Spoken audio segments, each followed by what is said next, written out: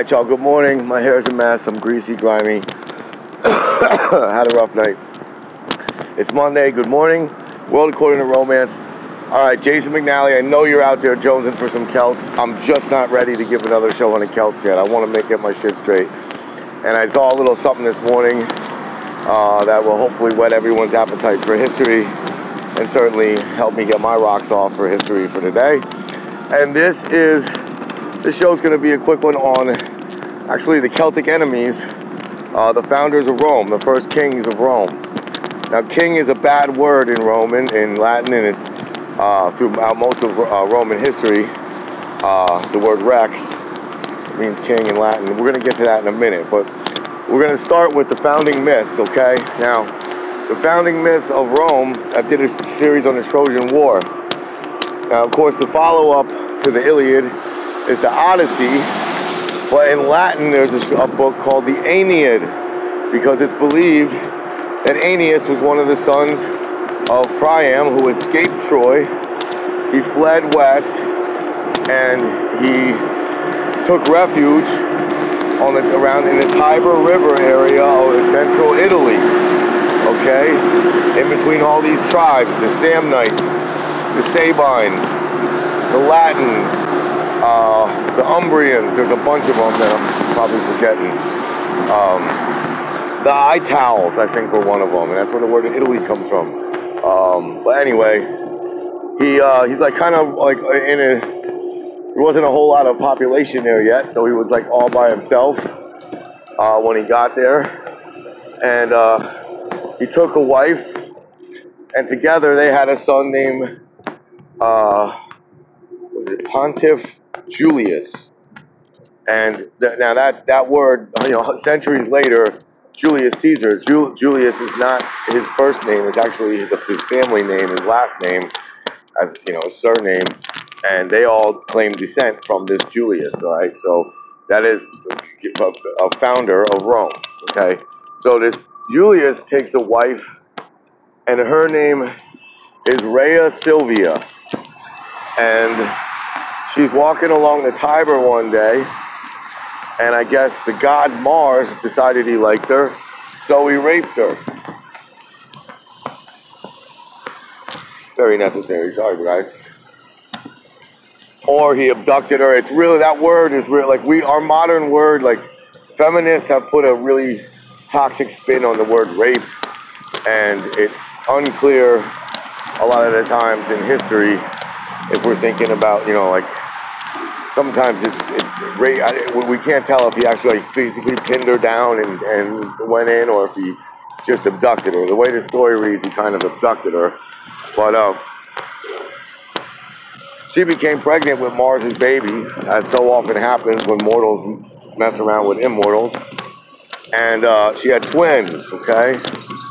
And she named one Romulus and one Remus. And she didn't want her dad found out. He wasn't happy, even though a god impregnated her, he wasn't happy about it. So he said, you got to get rid of the babies. So she's like, all right. So she puts them in a little basket. And, you've heard this type of story before, Moses. There's other stories like this. And then the kids she puts them in the Tiber. And they, thinking that they would die. They'd get eaten by animals or something. Well, the kids wash up on shore a little while down the Tiber, little babies, and there's a she-wolf who just got all her cubs eaten. So she was pregnant, she had milk, and she missed her cubs, and she found these two little baby humans. So she suckled them, and baby Romulus and Remus, their mother was this she-wolf until they were teenagers, all right? Then, once they're teenagers, they go back and they re-meet their grandfather, Aeneas. And Aeneas says to them, he's like on his dying deathbed, he's like, my one wish, I have this prophecy, this dream, that my children are going to raise the greatest city on earth ever. You guys got to raise that city, make me proud. And I guess he passed away. So these two brothers go out and they're like, all right, we got to make a city. We got to, find a place. And in the old world, In the ancient world, founding a city meant finding a place that's on a hill so you can see your enemies coming from far away, and also that has a water supply. Well, the Tiber River would be a pretty good water supply, but we all know there's 7 hills that surround what's now Rome, or like now it's in the city of Rome. Rome, the city, it stretches for miles around, but back then there was 7 hills that Rome was built on, and so they couldn't. Romulus and Remus started fighting over which hill, and Romulus was on the what's called the Capitoline Hill. Remus was on the Aventine Hill, and they said, "All right, well, let's let Jupiter decide." So Jupiter sends his eagle, and he says, "Whichever one lands, wherever this eagle lands, that's where you build a city." Well, the eagle flew to Romulus on the Capitoline, and the Romans would always call that Capitoline Jupiter, like that's where Jupiter's hangout in Rome is, where all his temples and shit are, his main temples. It's also where like the Senate is, where their seat of government is. Everything's, the word capital comes from the name of this hill. So, so Romulus is like, all right, I'm going to found this city. And he's like, the first thing you have to do when you build a city is demarcate where the city begins and where it ends. Like make the lines of where the city's going to, what the border of it is. And then right on the, he's digging a ditch, he's marking little lines, little hash marks.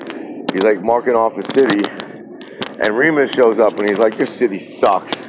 Look, I'm standing on the inside of your city. Look, I just stepped inside of it. And then Romulus is like, you know how brothers are. They're like, yo, man, get out of my city, bro.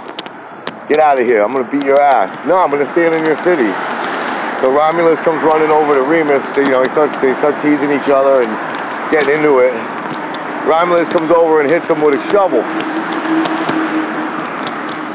And then he walks away. And then Remus, he's walking away. Remus fucking jumps him from behind, starts smoking him, beating him down. Boom, boom, boom. And Romulus takes out his sword and shoves it in his gut.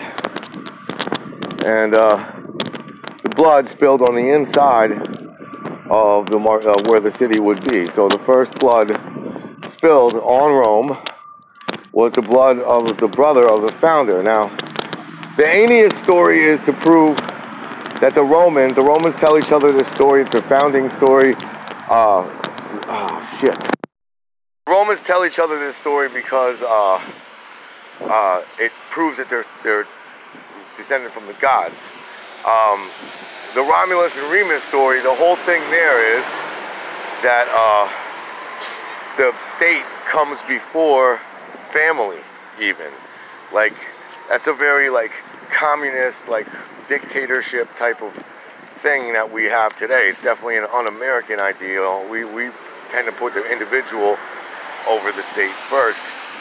But in Rome, it was not like that. It was very much the state first, and then that's what the community comes first, then you're second, which I don't think is that bad of an idea anyway. But anyways, all right, so now the third part of this story happens after Remus is gone. Romulus is now the king of the city, and this is about the population of Rome, okay?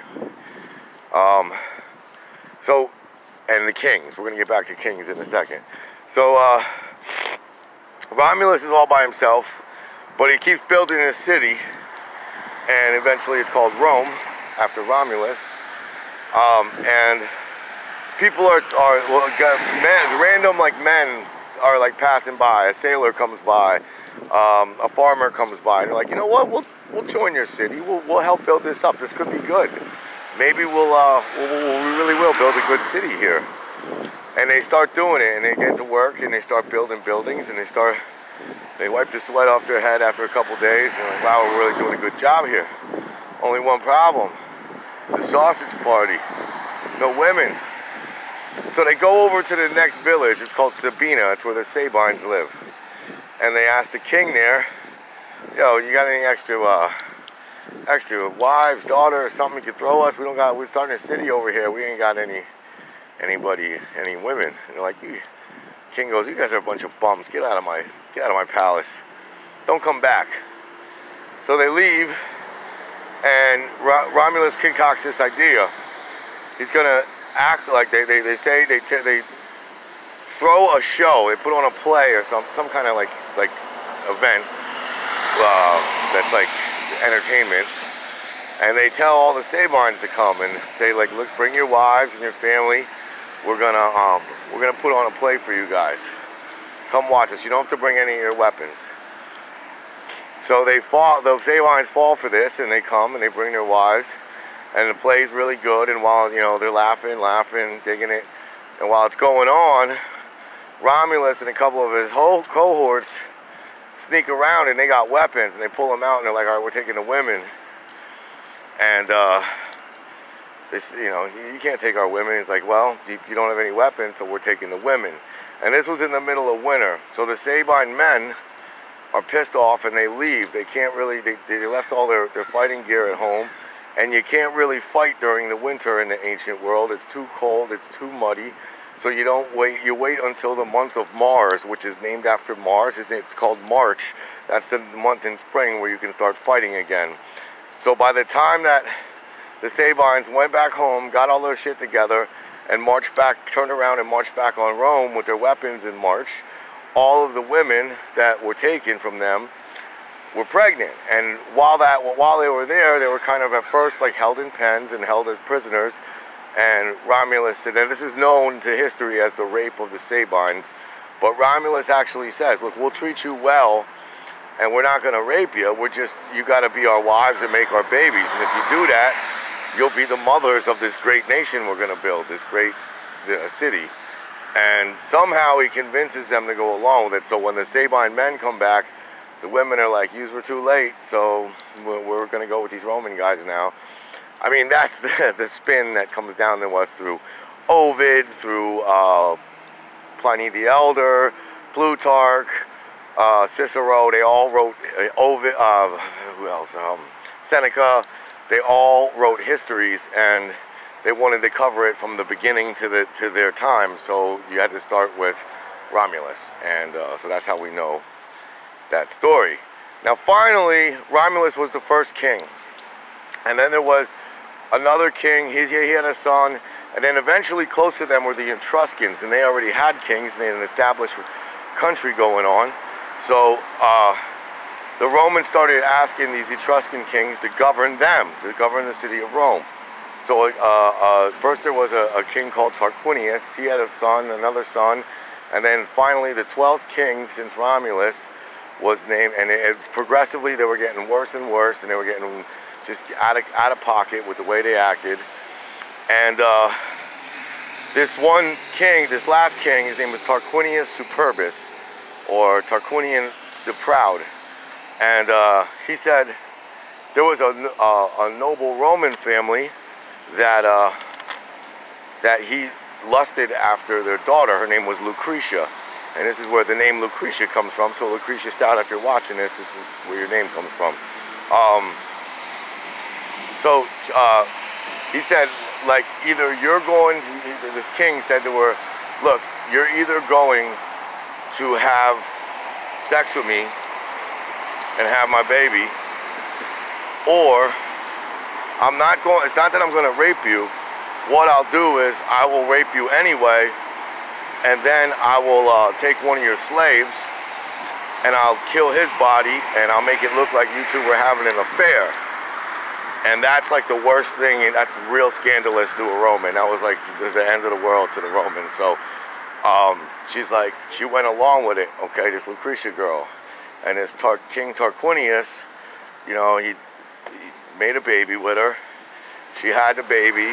He abducted her, I guess. I don't know what you call that. I mean, a rape usually I thought takes 30 seconds, but apparently this one lasted long enough to have a baby and to live a little bit longer after that. So what she did was she told the rest of the men in her family, because if you do that, that's the legitimate, legal, and religious way to get revenge, to revenge somebody in your family. That was like a legal, legitimate thing, revenge in Roman society. And like Jupiter and Mars both had like strict laws like about how to go about it. So she was doing it the right way by telling the men in her family who would avenge her And then the other thing she did was commit suicide, because that way there would be no foreign DNA in the bloodline. It would, like, she did the honorable thing on both counts. Now, the meaning of this story, and it's a big part of Roman history and Roman foundation myth,